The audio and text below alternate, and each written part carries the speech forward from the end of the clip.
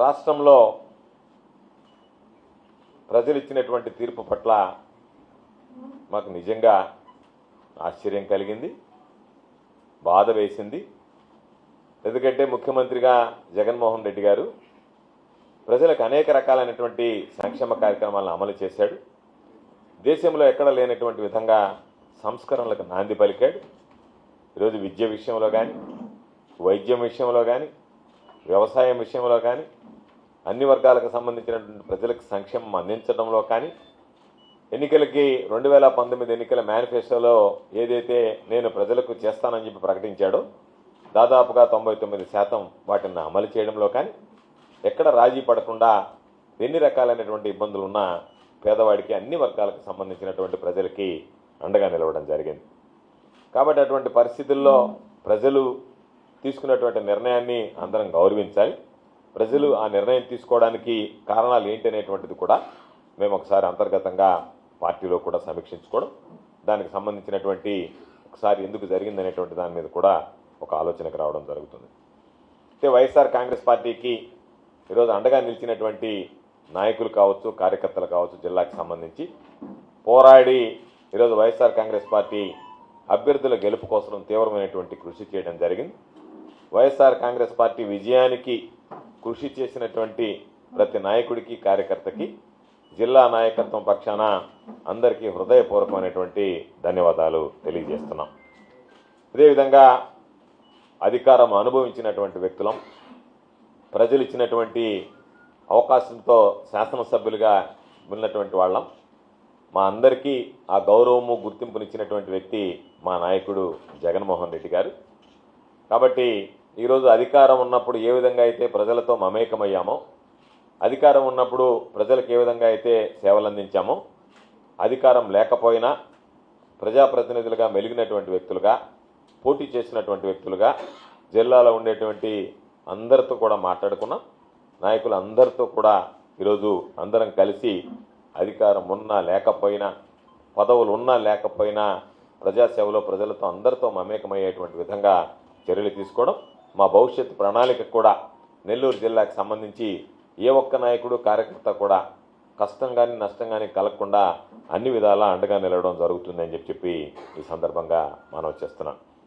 పార్టీని నమ్మి కష్టపడి ఓట్లు వేయించినటువంటి నాయకులకి, మరీ ముఖ్యంగా కార్యకర్తలకి ఇటువంటి పరిస్థితుల్లో అధైర్యపడాల్సినటువంటి అవసరం లేదు. ధైర్యంగా ముందుకు వెళ్లాల్సినటువంటి సందర్భం. కాబట్టి అందరం జిల్లాలో ఉండేటువంటి ప్రతి నాయకుడు కూడా కార్యకర్తకి, స్థానికంగా ఉండేటువంటి నాయకులకి అండదండలు అందించడం, సంపూర్ణమైనటువంటి సహాయ సహకారాలు అందిస్తాం. రాబోయేటువంటి రోజుల్లో జరిగినటువంటి ఈ అపజయం ఏదైతే ఉందో దీనిని సమీక్షించుకొని మరలా ఎక్కడ పొరపాట్లు దొరలేవో వాటిని సవరించుకొని ప్రజలతో మమేకమై ప్రజలతో నిత్యం అందుబాటులో ఉంటూ ప్రజాసేవలో కొనసాగుతాం.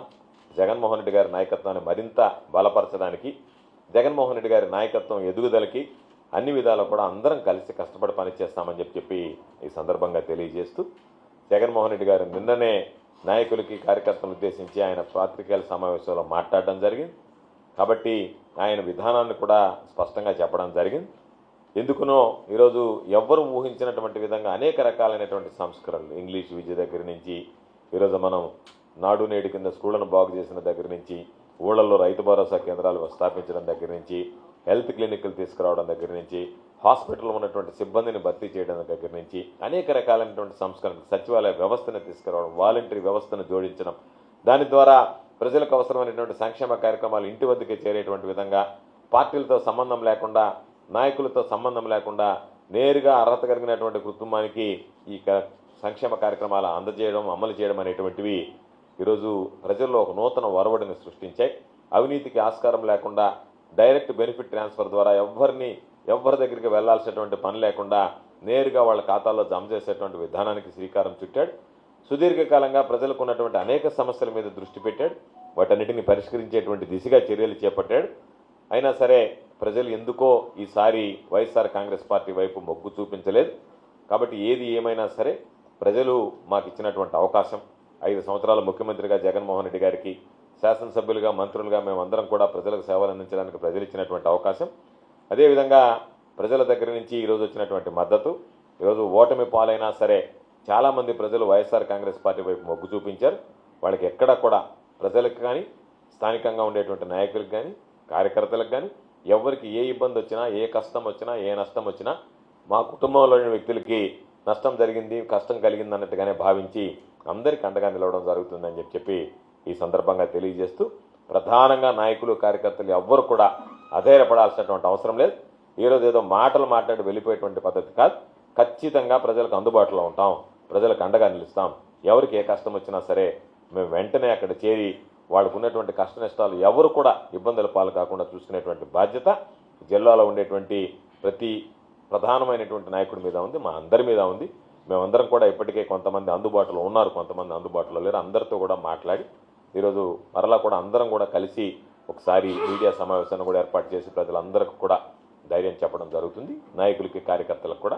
కాబట్టి తప్పనిసరిగా నాయకులు, కార్యకర్తలు ధైర్యంగా ముందుకు వెళ్ళడానికి అందరూ కూడా సంసిద్ధంగా ఉండాలని చెప్పి నేను కోరుకుంటూ, ప్రజలు ఈరోజు ఇచ్చినటువంటి తీర్పులో ఒకవేళ అధికారం రాకపోయినా చాలా వరకు ఓట్లు సంపాదించి ఓట్లు వేసినటువంటి ప్రజలకు సాధించి సంపాదించడానికి కృషి చేసినటువంటి నాయకులకు, కార్యకర్తలకు మరీ ముఖ్యంగా పేరు పేరున హృదయపూర్వకమైనటువంటి ధన్యవాదాలు తెలియజేస్తాను.